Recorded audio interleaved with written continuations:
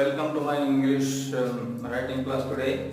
I'm going to display you how to write the English letters in the proper manner.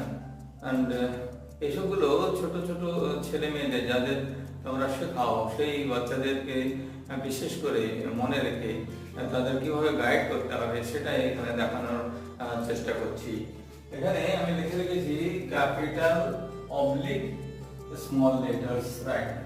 আমি এখানে capital এবং small গুলো কোন দিকে ডাইরেকশন হবে সেটা দেখানোর চেষ্টা করব এবং কোনটা কোথায় লিখতে হবে। যেমন আমরা ইংলিশের 4 লাইনে লিখি, তো আমরা মনে রাখতে হবে যখন কোনো ক্যাপিটাল লিখবো তখন এখান থেকে শুরু করতে হবে আর এই পর্যন্ত শেষ হবে।